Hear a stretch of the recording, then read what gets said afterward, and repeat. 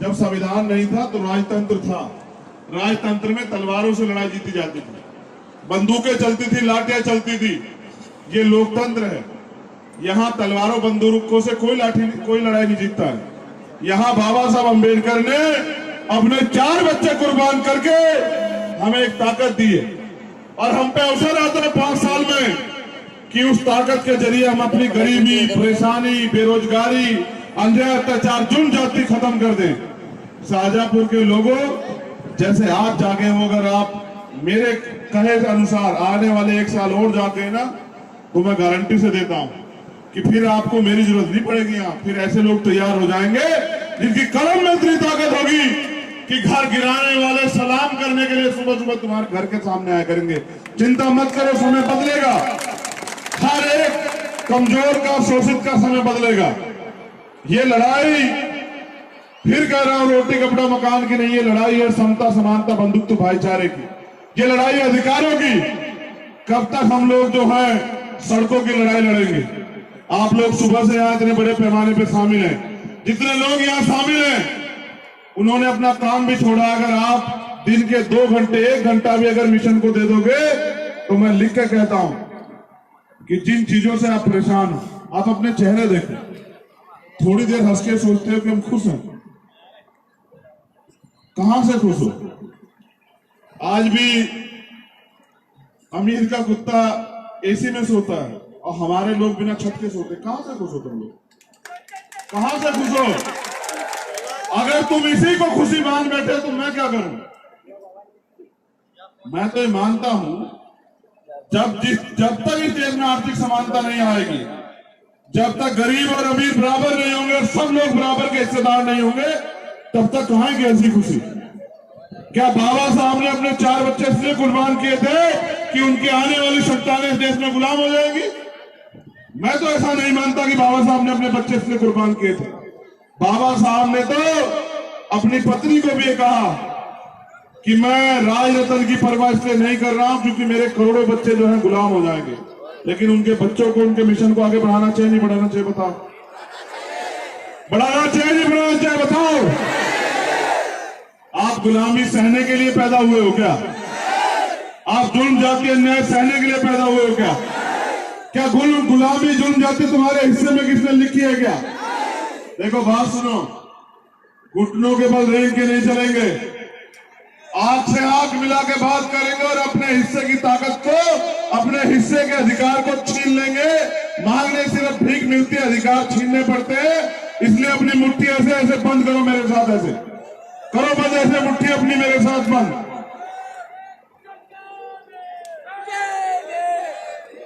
जोर से बंद करो और करो ऐलान इस धरती से, शाहजहांपुर की, कि अब हम मांगने वाले नहीं, देने वाले बन के दिखाएंगे। अब हम मध्य प्रदेश में क्रांति करके दिखाएंगे। करो ऐलान। जय भीम, जय भीम। देखो, जहां एक तरफ आप लोग तैयार हो रहे हैं, वहीं पिछड़े वर्ग के लोग भी अन्याय, अत्याचार सहने से तंग आ चुके हैं। उनके अधिकार भी छीने जा रहे हैं। वो भी मन बना चुके हैं कि भाई हमें अभी गुलामी नहीं सहनी। उनके साथ तो इतना बड़ा शोषण हुआ कि पंचायत चुनाव में जो आरक्षण उन्हें मिलता था वो खत्म कर दिया गया।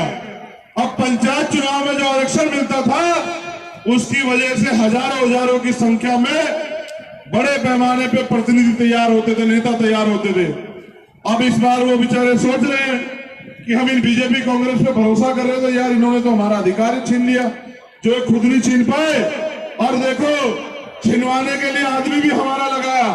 ये शिवराज सिंह चौहान पिछड़े वर्ग के व्यक्ति हैं, लेकिन काम पिछड़े वर्ग के विरोध में कर रहे हैं। अब आप बताओ, जाति से भी नेता अपना नहीं होता, काम से नेता अपना होता है। क्या आप नहीं चाहते कि नौजवानों को मौका मिलना चाहिए? आप बताओ, जितने लोग सामने बैठे हो। ऐसे नहीं मानूंगा मैं, दोनों हाथ उठा के बताओ, मिलना चाहिए नहीं मिलना चाहिए? क्या नौजवानों को काम करके दिखाने का अवसर मिलना चाहिए नहीं मिलना चाहिए? या ये भी बताओ, कोई ऐसा मामला बताओ जिसमें भीम आर्मी के लोगों ने लड़ाई न लड़ाई हो स्वाभिमान सम्मान की? बताओ, है कोई ऐसा मामला? तो भीम आर्मी के लोगों को मौका मिलना नहीं चाहिए, मिलना चाहिए? बताओ। आप लोग सम्मान का जीवन चाहते हो नहीं चाहते हो बताओ?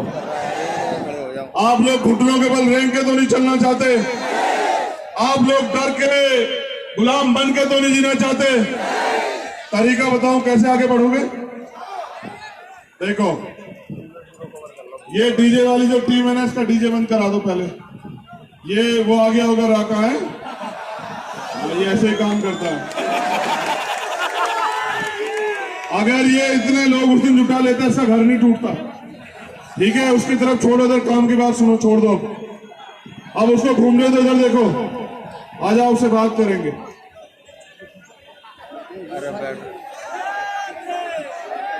उधर उधर ध्यान मत दो उसको, अब उसको पता लग जाएगा अपने आप कि वो लेट क्यों हुआ, तो लेट होने की सजा मिलेगी उसे। ठीक है भाई, हाथ आ रहा है तेरा। देखो आजाद भारत है, अगर आप अपने संगठन को बूथ लेवल पे मजबूत कर लेते हो, यानी कि बूथ पे काम करने वाले लोग तैयार हो जाते हैं और बूथ के जरिए आप अपनी लड़ाई को आगे बढ़ा लेते हो और आप अपना बूथ जीत के आते हो, तो आपको आपके लोगों को आगे बढ़ने से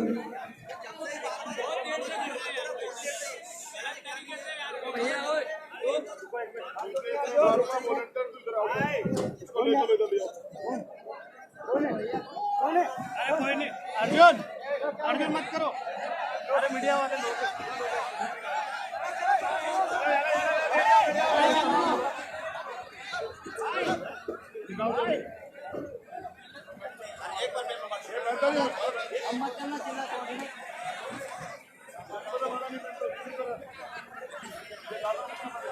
यार इनको बैठा बैठो बैठो बैठो, तुम लोग तो बैठो यार। मेरा नाम क्या?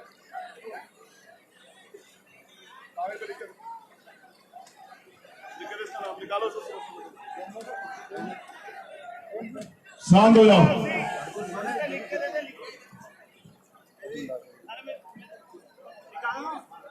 ये टूट जाएगा। अंदर चले जाओ, इसलिए खड़ा था।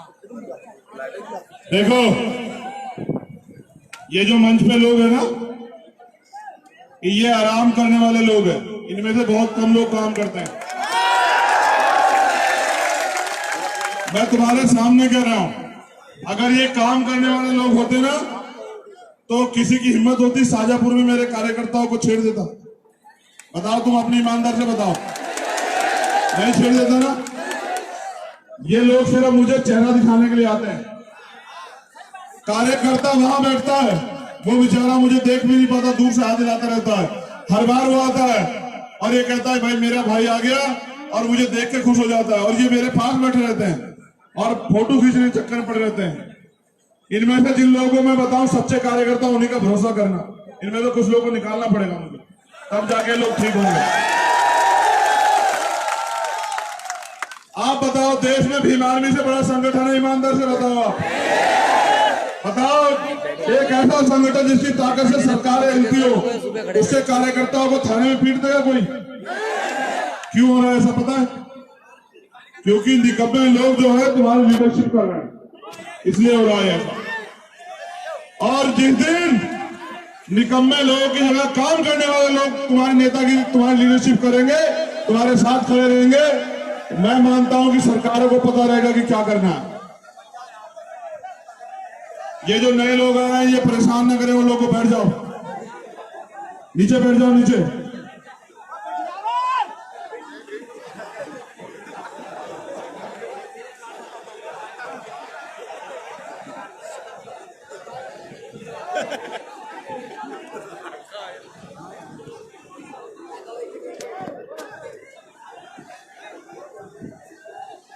अच्छा ये बताओ, जो है बाद में आके परेशान कर रहे हैं, अच्छे लोग हैं क्या? तुम लोग इनका समर्थन करते हो क्या?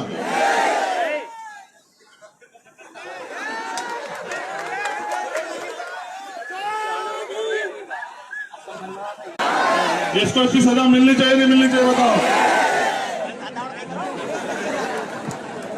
देखो चलो मजाक से बाहर निकलो। तुम लोग सुबह से बैठे इसलिए मैं तुम्हें हंसा रहा हूं। अब थोड़ी देर बात कर लें। ये बैठो बैठो, वरना बिठाना पड़ेगा सब लोग कह के। बैठो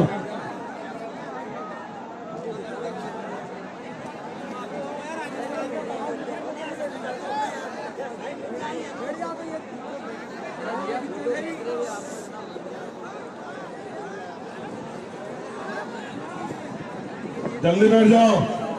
अपने तुम इनके आसपास वाले क्यों नहीं पकड़ के बिठा देते? खींच के बिठा दो, अपने आप ठीक हो जाएंगे। ये देखो हवा भी तुम्हारा साथ दे रही है। और ये हवा तेज क्यों चल रही है पता है आपको? कि सरकार तक ये खबर चली जाए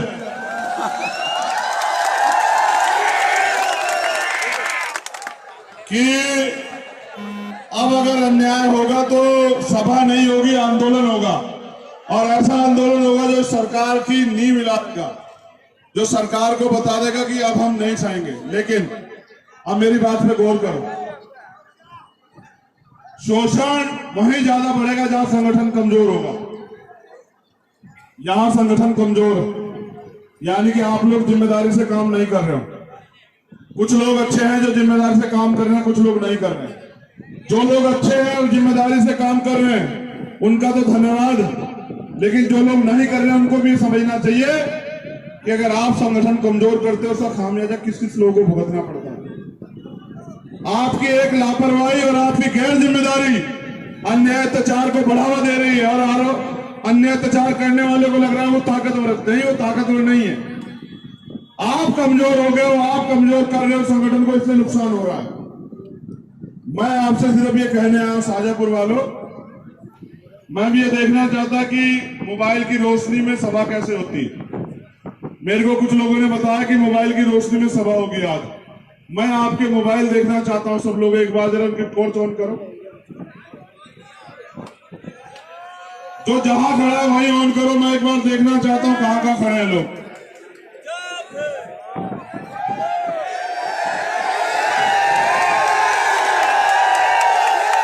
अभी सारी ऑन की हुई है। कुछ लोगों ने अपने फोन बचाए हुए हैं, उनके भी निकल हुआ फोन बाहर।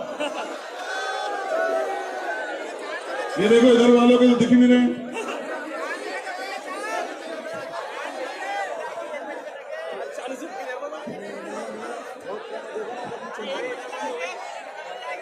चलो ठीक है, बंद करो।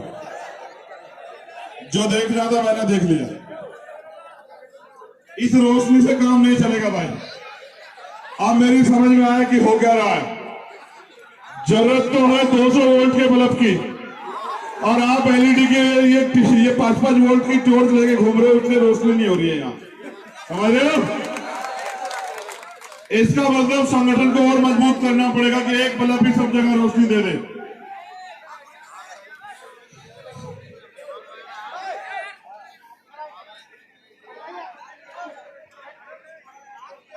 देखो तुम लोग डिस्टर्ब कर रहे हो बहुत ज्यादा। तुम लोग मुझे मजबूर कर रहे हो कि मैं चला जाऊं।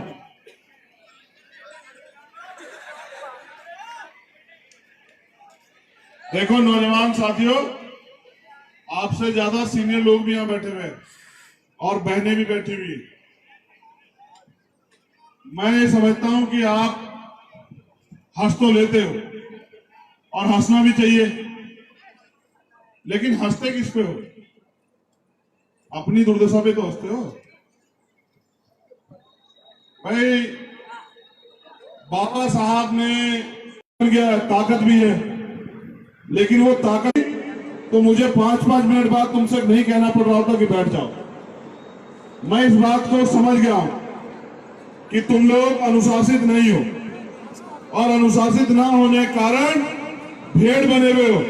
और भेड़ कोई आंदोलन नहीं आगे बढ़ाती, ना भेड़ जीतती है। कोई भी आदमी भेड़ पे दांव भी नहीं लगाता है। हर आदमी मैदान में अपना योद्धा उतारता है।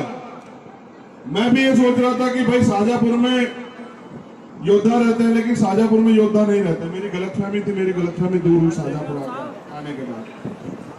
यहाँ तो भेड़ बकरियां ज्यादा है, जिनको बार बार कान पकड़ के बैठना पड़ता है कि ऐसे हो जाओ वैसे हो जाओ।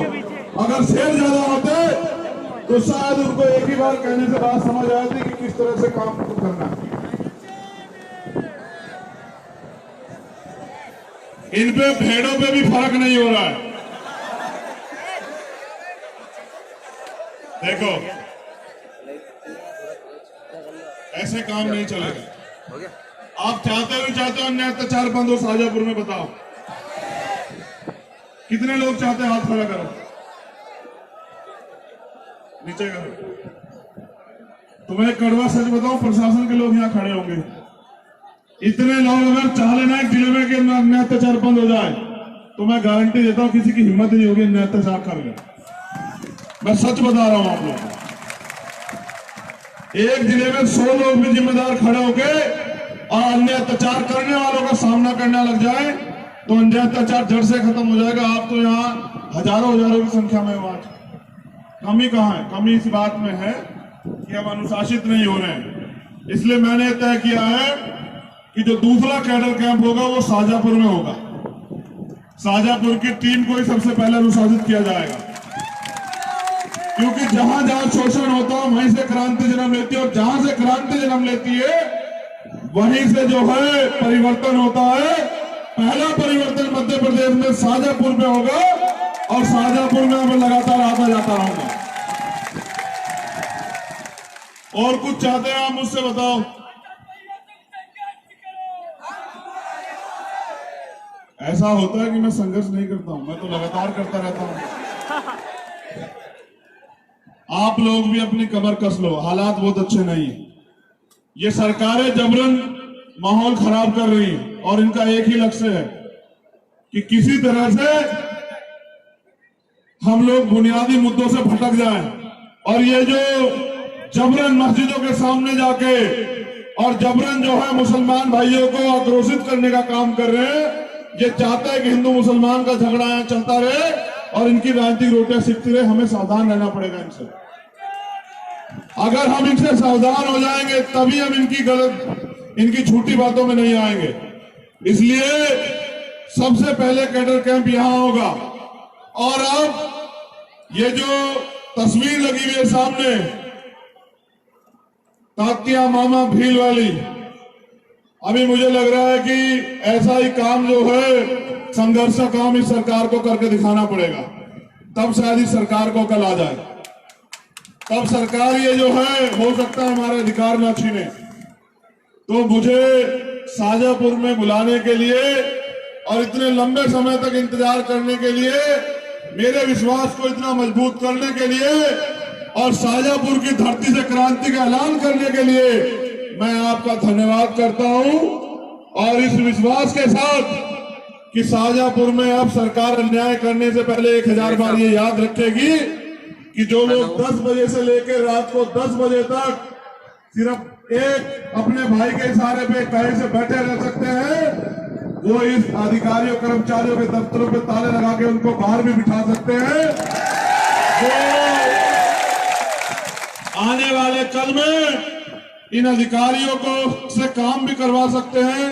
ऐसी आशा विश्वास के साथ मैं शाजापुर की धरती से और यहां पहुंचे के एक साथी का धन्यवाद करते हुए जाने की इजाजत चाहूंगा, क्योंकि मेरा विश्वास आज और दृढ़ हो गया, इतना मजबूत हो गया, संकल्पित हो गया कि जब मैं वहां से चला था तो मुझे लगता था कि पता नहीं रात को 8 बजे तक लोग रुक पाएंगे नहीं रुक पाएंगे। लेकिन मैं यहां से सड़क तक देख रहा हूं। मैं टॉर्च में इसलिए जलवा रहा था कि वहां सड़क तक हमारे लोग हैं या नहीं है। तो मैंने देखा कि सड़क के आसपास भी टॉर्च जल रही थी, तो मेरा विश्वास पक्का हो गया कि यहाँ की गर्मी से पीछे तो हटे, लेकिन वो संघर्ष करने से पीछे नहीं हट रहे हैं। बहुत बहुत धन्यवाद, आभार। इस वादे के साथ ये ऐसे हाथ ऐसे आगे करो सब लोग, मेरे साथ ये संकल्प लो कि आज के बाद अगर शाजापुर में या मध्य प्रदेश में किसी भी बहुजन समाज के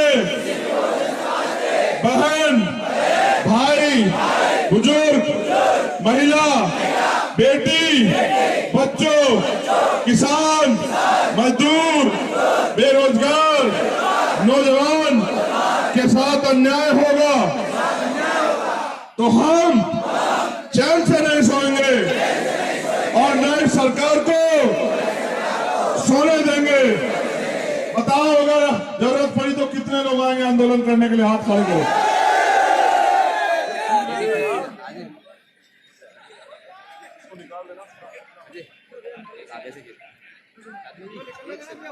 कितने लोग आएंगे? दोनों हाथ खड़े करो। बहुत अच्छे। जल्दी मैं यहाँ आंदोलन की तारीख रखूंगा, आपका इंतजार करूंगा। हमारा आंदोलन जिला मुख्यालय पर होगा। हमारा आंदोलन डीएम के दफ्तर पे होगा और जो अन्याय उन्होंने किया है करने वालों को जब तक सजा नहीं मिलेगी हमारा आंदोलन खत्म नहीं होगा। आप लोग तैयारी कर लो। मैं तो सिर्फ आपको बताने आया था कि शाहजहांपुर में जो अन्याय हुआ उसका हिसाब तो है ना, उसका पूरा हिसाब चुकता किया जाएगा सरकार से, आप चिंता मत करो। एक घटना के बाद लगातार घटनाएं बढ़ी हैं, इसका मतलब दुश्मन सरकार, विरोधी सरकार के जो लोग हैं, जो इस विचारधारा के विरोधी है, जो कमजोरों शोषितों के अधिकारों के विरोधी है, वो सोच रहे हैं कि हम कमजोर हो गए। नहीं, हम तो बस आपका जुल्म देखना चाहते थे। अब आप हमारी क्रांति, हमारा आंदोलन देखना। अगर ये सरकार के मुखिया आपसे हाथ जोड़ के माफी ना मांगे तब आप मुझे कहना, आप याद रखना मेरी बात को।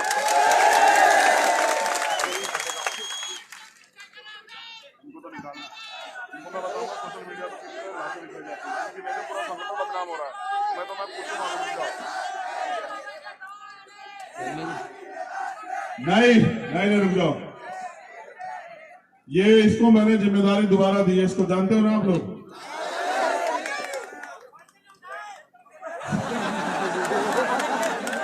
इसका ठेका इसने नहीं ले रखा तुम्हारा फोन उठाने का।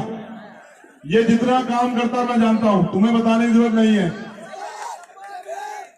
हाँ, मैं जानता हूं, मुझे मत बताओ। और सबके फोन नहीं उठाएगा, तुम पे जिले के लोग उठाने के लिए संभाल के उनको फोन किया करो। उसको मैं जहां भेजता हूं वो खड़ा मिलता है। आप ये बताओ, इसकी मदद करोगे नहीं करोगे, पहले बताओ। अगर ये कोई काम तुम्हें बताएगा, उस काम में मदद करोगे नहीं करोगे, बताओ। ऐसा तो नहीं कि मेरे आदेश का इंतजार करते रहोगे। ये कहां है बरसिया, इधर आ जाओ। ये भीम आर्मी के हमारे अध्यक्ष हैं। तुम क्या अपमान सहोगे? समाज की लड़ाई लड़ते हो, जो अपमान इन्होंने वहां सहा था तुम लोग भूल गए हो क्या? गाड़ी अशोकनगर में गाड़ी भी तोड़ दी, जेल भी जाना पड़ा, लेकिन इस सरकार का घुटने टेके। मुझे बहुत जख्म है मेरे अंदर, मैं कहता नहीं हूं, क्योंकि कहने से मेरी जो भड़ास है वो निकल जाएगी।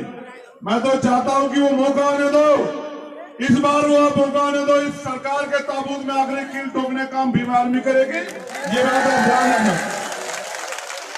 मैं तो चुप हूं, मैं तुम्हारी तरह चिल्लाता नहीं हूं कि अन्याय हो गया, अन्याय हो गया। ये तो मैं भी देख रहा हूं अन्याय हो गया, लेकिन न्याय तब होगा जब कानून बनाने की ताकत आपके हाथ में होगी। आपको क्या लगता है ये सरकार न्याय करेगी? ये तो न्याय करवाने वाली सरकार है। इस सरकार को तो जब तक ठीक नहीं किया जाएगा तब तक ये न्याय करेगी कहां? हमें तो इस सरकार का हिसाब चुकता करना है। जो अन्याय हमें इन्होंने हमारे साथ किया, ब्याज सहित वापस देंगे, चिंता मत करो। बहुत बहुत धन्यवाद। मैं कुछ नारे बोलूंगा, उनको जब दुगनी स्पीड से आवाज आनी चाहिए।